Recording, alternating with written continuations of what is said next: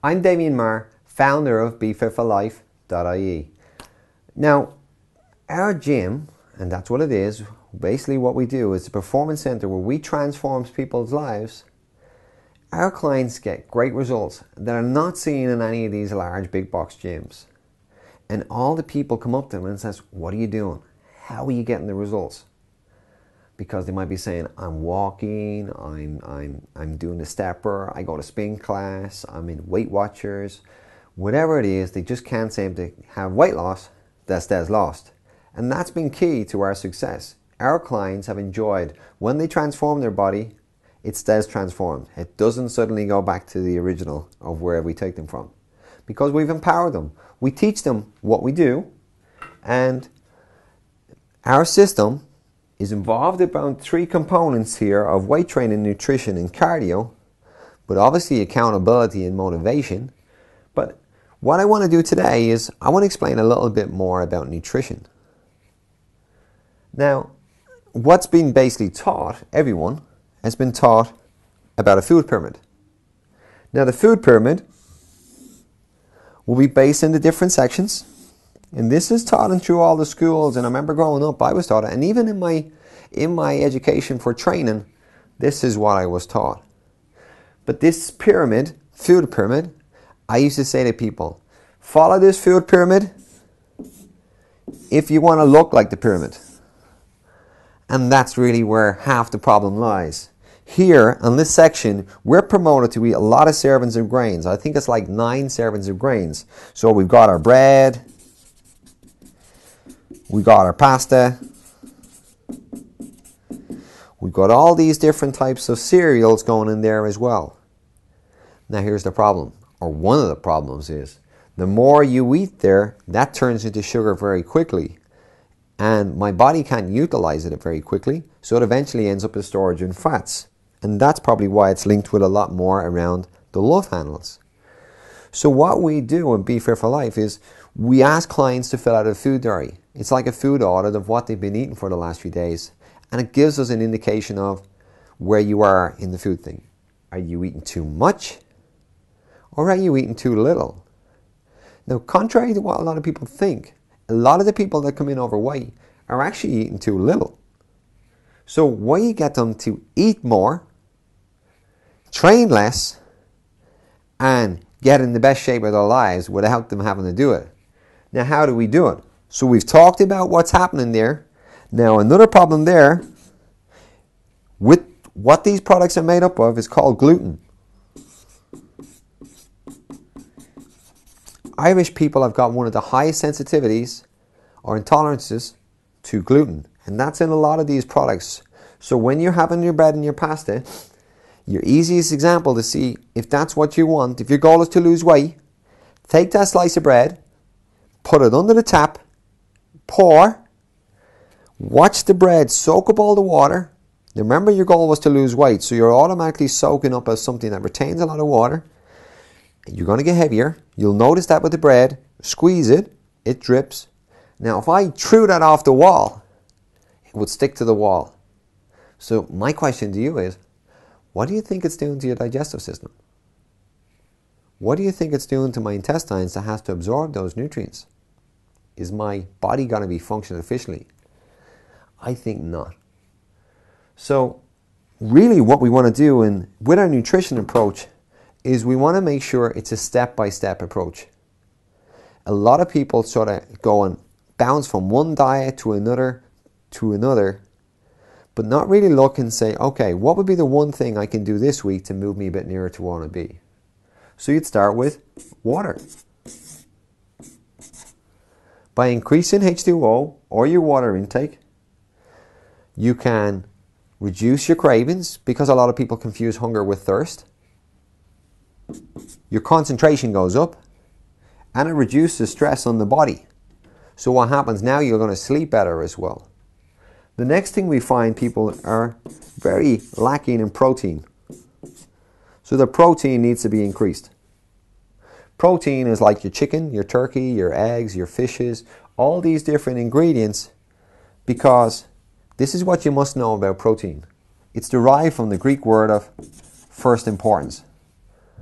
Pro means primary, teen means importance. Now, with a name like primary importance, what do you think? Do you should think it'd be left out of the diet? No. That's why at Be Fit for Life, we don't actually work with people that are more vegetarians. I've nothing personal, but as I said, all the research I've read and all the things I've looked at, Weston A. Price, who traveled the world in 1910s for 10 years, he never found a culture that wasn't having some form of protein. Yes, there were some cultures that were eating less than others, but the concept was everyone was looking for protein. And if you go to hospital, or if you look at someone that's pregnant and low in iron, the doctor tells her to eat a steak. If someone else, protein, and really to understand it better, you've got to look and see what's the purpose of protein. What does it do? Well, about the first 30 grams of protein you do, it improves your immune system. The next thing protein does is it detoxifies your liver.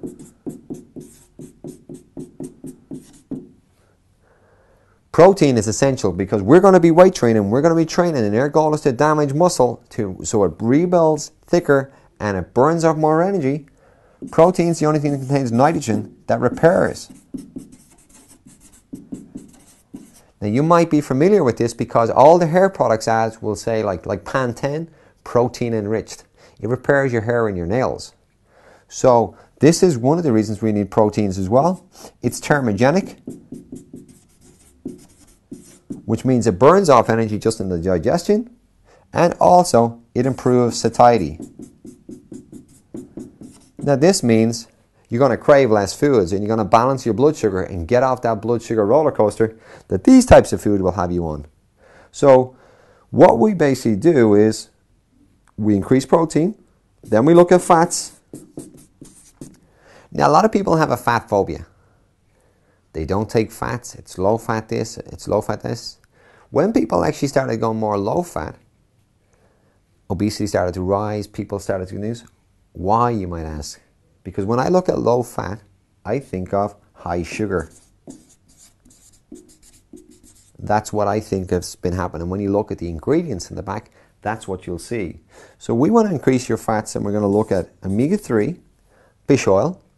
We're going to look at nuts, avocados, all other form of oils, olive oil, macadamia nut oil. We're going to look at different types of fats. And what fats do, they balance out your hormones. We need them. They create heat. They protect our body. They protect our organs. But also in this sort of area, we're back over here. Your goal is weight loss. I'm trying to get you off the blood sugar roller coaster where you have cravings all the time.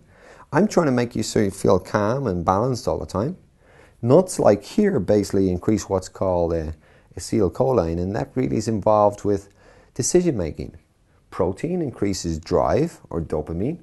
So when we start off the day and we mix between protein and fats, we're going to have a lot more energy for the day and you're going to be a lot more productive. And then we have carbs. The carbs have been vilified, but it's really got to look and say it's the type of carbs. It's these types of carbs that people find harder to digest. Carbs are also vegetables. So vegetables are carbohydrates. A lot of people are not really aware of it. And so we want to increase your diet full of vegetables. And when we add in different starchy carbs, we're going to look at brown rice. We want to look at sweet potato. We want to look at oatmeal, but more the gluten-free sort of style of oatmeal. And then we want to integrate, if you're making changes, then we might look at a sort of a different cheat meal or a different refeed meal. Depends on how you term it. But really what we're looking is long-term change. Nobody has got to this shape overnight. And if that's you, it hasn't happened overnight.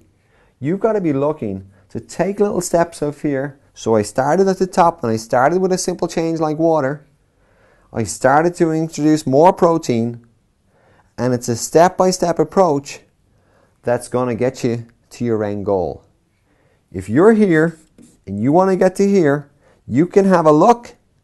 But you want to start off here, walk a few yards, have a little look, progress, walk, and very soon you will start to make progress up the ladder. So remember, it's a stepping stone to success, and that's how you should treat your nutrition. But eat healthily. All these foods I listed over here were all about fresh foods. I stayed away from processed foods.